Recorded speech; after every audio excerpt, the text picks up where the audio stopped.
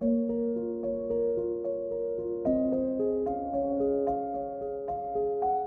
हम आइंस्टीन या Leonardo da Vinci जैसे नामों के बारे में सोचते हैं तो ऐसा लगता है कि वो किसी और ही मिट्टी के बने थे। हाँ, जैसे उनके पास कोई दैवी शक्ति थी। बिल्कुल, जैसे उनके दिमाग का हार्डवेयर ही हमसे अलग था। पर रॉबर्ट ग्रीन अपनी किताब मास्टरी में इस पूरे विचार को ही एक तरह से तोड़ देते हैं। वो कहते हैं कि महानता कोई लॉटरी का टिकट नहीं है। हाँ, जो कुछ किस्मत वालों को मिल गया। वो कहते हैं ये एक प्रक्रिया है, एक रास्ता है जिस पर कोई भी चल सकता है। और ये विचार आज के इंस्टेंट ग्रेटिफिकेशन वाले दौर में मुझे लगता है और भी जरूरी हो जाता है। सही बात है। ग्रीन का जो मूल तर्क है वो ये है कि हमारा दिमाग लाखों सालों के विकास के बाद बना ही किसी कौशल में महारत हासिल करने के लिए है। मतलब औसत दर्जे का होना हमारा नेचुरल स्टेट नहीं है। बिल्कुल नहीं। आप सोचिए, जब हम गाड़ी चलाना सीखते हैं शुरू में कितना मुश्किल लगता है। अरे बहुत ज्यादा। क्लच, ब्रेक, गियर, शीशे में देखना, दिमाग की सारी ऊर्जा उसी में चली जाती है। और फिर कुछ महीनों के अभ्यास के बाद क्या होता है? सब कुछ अपने आप होने लगता है।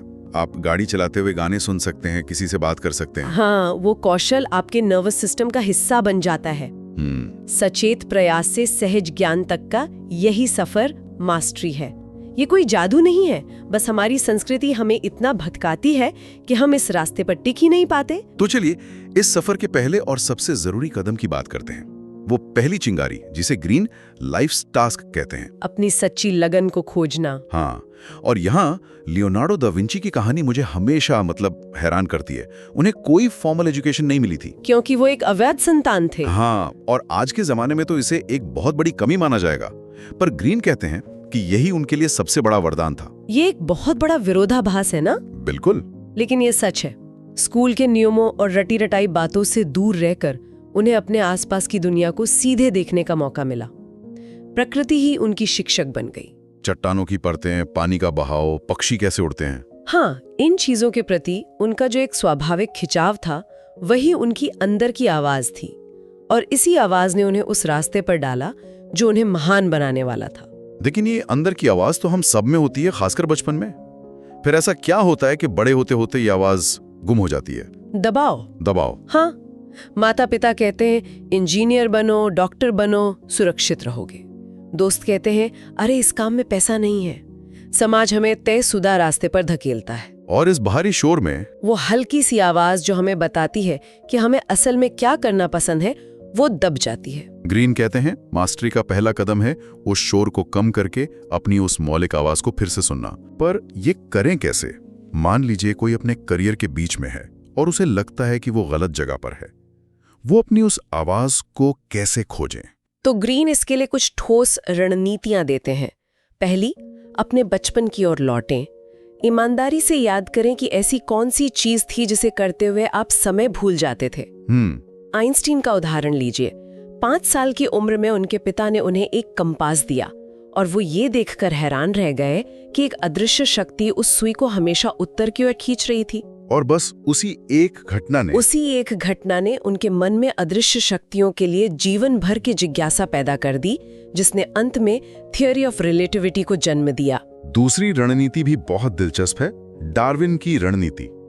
मतलब अपनी एक खास जगह, एक नीश बनाना। हाँ बिल्कुल, एक ऐसा क्षेत्र खोजें जहां ज्यादा भीड़ ना हो, जहां आप अपने अनूठे कौशल का इस्तेमाल कर सकें, जैसे न्यूरो साइंटिस्ट वी.एस. रामचंद्रन ने किया। उन्होंने न्यूरोलॉजी और साइकोलॉजी को मिला दिया और एक नया ही क्षेत्र बना दिया। और फिर एक तीसरी सबसे शक्तिशाली रणनीति है विद्रोह की रणनीति। ये मोजार्ट वाली कहानी है। हाँ, उनके पिता चाहते थे कि मोजार्ट दरबार के लिए सुरक्षित लोकप्रिय संगीत बनाए, पर मोजार्ट के अंदर से जो संगीत निकल रहा था वो कहीं ज्यादा जटिल और क्रांतिकारी था। तो उन्होंने अपने पिता की उम्मीदों के खिलाफ जाकर विद्रोह किया।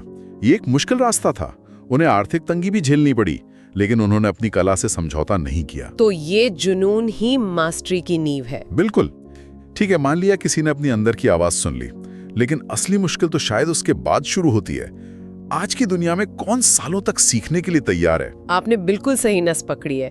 यही हमारी संस्कृति की सबसे बड़ी समस्या है, अधीरता। डिग्री मिलते ही सबको सीईओ बनना है। हाँ, ग्रीन कहते हैं कि अप्रेंटिसशिप यानी सीखने का चरण जीवन का सबसे महत्वपूर्ण निवेश है और इसे छोड़ना सबसे बड़ी मूर्खता। जैसे चार्ल्स डार्विन कॉलेज के बाद सीधे प्रोफेसर नहीं बने। नहीं, उन्होंने HMS बीगल जहाज पर प्रकृतिवादी के तौर पर 5 साल बिताए। वो दुनिया घूमे, हजारों नमूनों का अध्ययन किया। वो 5 साल की यात्रा ही उनकी असल अप्रेंटिसशिप थी। तो इस अप्रेंटिसशिप के चरण क्या है? क्या इसका मतलब सिर्फ मेहनत करते रहना है? नहीं, इसकी एक संरचना है। ग्रीन इसे 3 चरणों में बांटते हैं। पहला चरण है गहन अवलोकन, मतलब पैसिव मोड। जब आप किसी नई फील्ड में कदम रखते हैं। हाँ, तो सबसे पहले चुपचाप सब कुछ देखिए, बोलिए कम, सुनिए ज्यादा, समझिए कि हाँ काम कैसे होता है, शक्ति किसके हाथ में है, अनकहे नियम क्या है। मतलब अपनी ईगो को दरवाजे पर छोड़कर आना। बिल्कुल। और दूसरा चरण जो शायद सबसे उबाऊ है, अभ्यास। हाँ, प्रैक्टिस मोड। यहीं पर ज्यादातर लोग हार मान लेते हैं। यहाँ दोहराव और अभ्यास ही सब कुछ है। वो 10,000 घंटे वाला नियम। वही। ग्रीन एक बहुत गहरी बात कहते हैं। जब आपको अभ्यास करते हुए बोरियत महसूस होने लगे तो उसे एक अच्छा संकेत समझिए। अच्छा। हाँ, इसका मतलब है कि आपका दिमाग उस कौशल को गहराई से आत्मसात कर रहा है। और जब ये कौशल आपकी दूसरी प्रकृति बन जाए तब तीसरा चरण आता है। हाँ, प्रयोग करने का। सही, एक्टिव मोड। जब आप कार चलाना सीख जाते हैं तभी आप उसे तेज चलाने या मुश्किल रास्तों पर ले जाने का सोच सकते हैं। इसी तरह जब आपके पास एक ठोस कौशल आ जाता है तब आप उसके साथ प्रयोग करना शुरू करते हैं। इस पूरे चरण के लिए ग्रीन की एक सलाह मुझे हमेशा याद रहती है। हाँ, पैसे से ज्यादा सीखने को महत्व दें। यह सुनने में आदर्शवादी लग सकता है, पर यह पहले से कहीं ज्यादा प्रासंगिक है। कैसे? ग्रीन का तर्क है कि अपने करियर के शुरुआती 10 सालों में अगर आपको 2 नौकरियों में से एक चुनना हो, एक में पैसा ज्यादा हो और दूसरी में सीखने को ज्यादा मिले, तो हमेशा सीखने वाली नौकरी चुने। जैसे बेंजामिन फ्रैंकलिन ने किया था। हाँ, उन्होंने अपने भाई की प्रिंटिंग की दुकान पर मुफ्त में काम किया, सिर्फ इसलिए ताकि वो छपाई और लेखन सीख सकें। वो जानते थे कि कौशल ही असली संपत्ति है, पैसा तो उसका सह उत्पाद है। ठीक है, तो अप्रेंटिसशिप पूरी हो गई, कौशल हासिल हो गया, लेकिन ये सब अकेले करना तो बहुत लंबा और मुश्किल रास्ता है। गलतियां कर कर के सीखने में तो पूरी जिंदगी निकल जाएगी। शायद इसलिए गुरु या मेंटोर की जरूरत पड़ती है। बिल्कुल। जीवन बहुत छोटा है और हर गलती खुद करके सीखना बेवकूफ़ी है। यहीं पर मेंटोर डायनामिक काम आता है। एक अच्छा मेंटोर आपके 10 साल बचा सकता है। माइकल फैराडे की कहानी इसका सबसे बड़ा उदाहरण है। वो एक गरीब जिलसाज थे, लेकिन विज्ञान के प्रति जुनूनी थे। और उन्होंने उस समय के सबसे बड़े वैज्ञानिक हम्फ्री डेवी को अपना गुरु बनाने की ठान ली। हाँ, उन्होंने डेवी के लेक्चर सुने, उनके नोट्स बनाए और डेवी को भेज दिए। और डेवी ने उन्हें काम पर रख लिया। लेकिन ये रिश्ता हमेशा आसान नहीं होता है ना? नहीं, और ये समझना बहुत जरूरी है। ग्रीन्स इस रिश्ते को एक एल्केमी की तरह देखते हैं, जहां शिष्य गुरु के ज्ञान को अपनी युवा ऊर्जा के साथ मिलाकर कुछ नया यानी सोना बनाता है। लेकिन कभी-कभी जब शिष्य का सोना गुरु के सोने से ज्यादा चमकने लगता है तो गुरु को असुरक्षा और ईर्ष्या होने लगती है। हम्फ्री डेवी के साथ यही हुआ। जब माइकल फैराडे उनसे भी बड़े वैज्ञानिक बनने लगे तो डेवी ने उनकी राह में रोड़े अटकाने शुरू कर दिए। तो एक मेंटर आपकी सबसे बड़ी ताकत भी हो सकता है और सबसे बड़ी कमजोरी भी। ये एक चेतावनी है। इसका सबक ये है कि गुरु से सब कुछ सीखें, उनका सम्मान करें, लेकिन एक समय आता है जब आपको उनकी परछाई से बाहर निकलकर अपना रास्ता बनाना ही पड़ता है। सही बात है। महानता नकल करने से नहीं, बल्कि सीखकर आगे बढ़ने से आती है। ये तो हुई कौशल और ज्ञान की बात। लेकिन मैंने अक्सर देखा है कि कुछ लोग अपने काम में बहुत प्रतिभाशाली होते हैं, लेकिन फिर भी उनका करियर आगे नहीं बढ़ता, वो कहीं अटक जाते हैं। ऐसा क्यों? ग्रीन इसका जवाब सोशल इंटेलिजेंस की कमी में देते हैं। हम ये मानकर चलते हैं कि अगर हमारा काम अच्छा है तो दुनिया हमें पहचान लेगी। ये एक बहुत ही भोला भाला नजरिया है। Naive perspective. हाँ, असल दुनिया लोगों से चलती है और लोग हमेशा तर्क संगत नहीं होते। वो भावनाओं, असुरक्षाओं और राजनीति से चलते हैं। तो क्या इसका मतलब है कि हमें ऑफिस पॉलिटिक्स करनी चाहिए? नहीं, बिल्कुल नहीं। सोशल इंटेलिजेंस का मतलब है लोगों को वैसे देखना जैसे वे हैं, ना कि जैसा हम उन्हें देखना चाहते हैं। ग्रीन कार्यस्थल की 7 घातक सच्चाइयों का जिक्र करते हैं, जैसे ईर्ष्या। आप सफल होंगे तो कुछ लोग आपसे जलेंगे ही। ये तो होता है। या फिर निष्क्रिय आक्रामकता, पैसिव अग्रेशन, लोग सीधे तौर पर आपसे नहीं लड़ेंगे बल्कि पीठ पीछे आपकी राह मुश्किल करेंगे। ये सुनना और करना बहुत अलग है। रोजमर्रा में वैज्ञानिक की तरह ठंडा दिमाग रखना तो लगभग नामुमकिन लगता है। वो कहते हैं कि इन सच्चाइयों पर गुस्सा होने या निराश होने की बजाय इन्हें इंसानी स्वभाव के नियमों की तरह देखो। मतलब जज मत करो, ऑब्जर्व करो। बिल्कुल, ये समझने की कोशिश करो कि कोई व्यक्ति ऐसा व्यवहार क्यों कर रहा है, उसकी असुरक्षा क्या है। जब आप लोगों को समझना शुरू करते हैं तो आप उनके खेल में फंसने की बजाय खेल को समझकर उससे ऊपर उठ जाते हैं। तो जब कोई कौशल में महारत हासिल कर ले और सामाजिक रूप से भी चतुर हो जाए, तब अगला स्तर आता है, क्रिएटिव एक्टिव चरण। हाँ, अब तक आप नियमों को सीख रहे थे, अब आप नियमों को तोड़ने के लिए तैयार हैं। ग्रीन कहते हैं कि बचपन में हमारा दिमाग ओरिजिनल माइंड होता है, खुला, जिज्ञासु, लेकिन समाज हमें कन्वेंशनल माइंड में धकेल देता है, जो नियमों और सीमाओं में सोचता है। और मास्टरी का ये चरण उस बचपन की रचनात्मकता को सालों के अनुशासन के साथ जोड़ने का है। सही कहा, जैसे मोजार्ट ने संगीत के सारे नियम सीखे, उन्हें आत्मसात किया और फिर उन नियमों को तोड़कर ऐसा संगीत बनाया जो पहले कभी नहीं सुना गया था। इसे ही ग्रीन डायमेंशनल थिंकिंग कहते हैं, मतलब चीजों को गहराई से और अलग-अलग नजरियों से देखना। बिल्कुल, ये चीजों की बाहरी पनमार से हटकर उनके अंदर के पैटर्न और संबंधों को देखने की क्षमता है।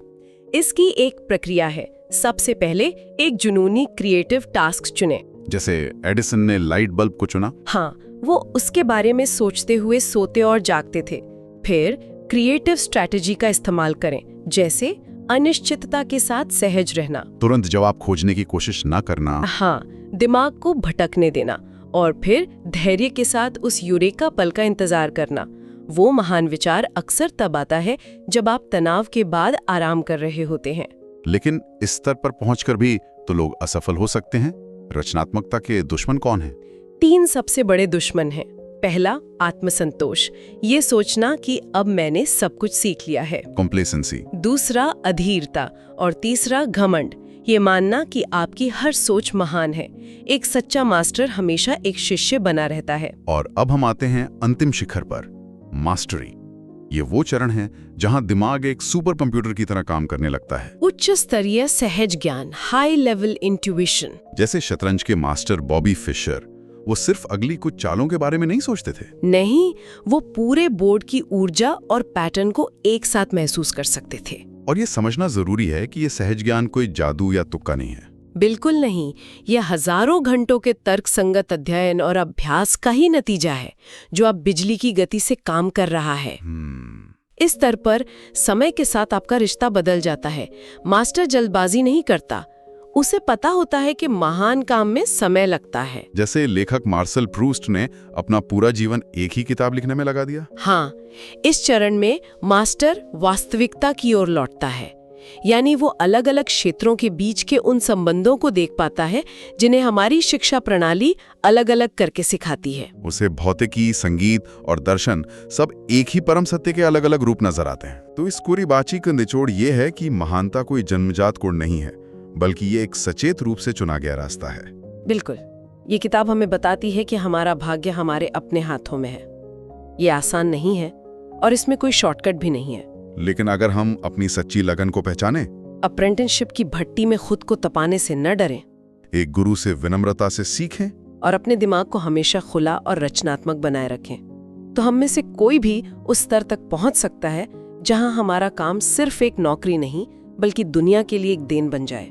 तो इस बातचीत के बाद 2 रास्ते साफ नजर आते हैं। एक रास्ता है भीड़ का, आसान, सुरक्षित और औसत दर्जे का, और दूसरा रास्ता है मास्टरी का, मुश्किल, लंबा, लेकिन असीम संभावनाओं से भरा। तो अब ये सवाल खुद से पूछने का है, क्या हम अपने अंदर के दा विंची, आइंस्टीन या मोजार्ट को जगाने के लिए तैयार हैं? चुनाव हमारा है।